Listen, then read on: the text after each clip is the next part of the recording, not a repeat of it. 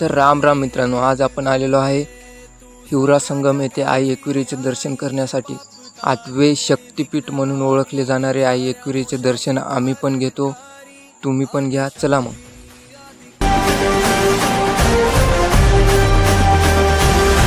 आई तुझ्या गचरणी आभाळ धरणी येऊन विसावले, देवादिकांचे संकट जाई ग हरुणी तुझ्याच कृपेमुळे। नाद झंकार तू सारा संसार तू, नाद झंकार तू सारा संसार तू, तुझ्या पायाशी आम्हा राहू दे आई जगदंबे, आई जगदंबे, आई जगदंबे, आई जगदंबे।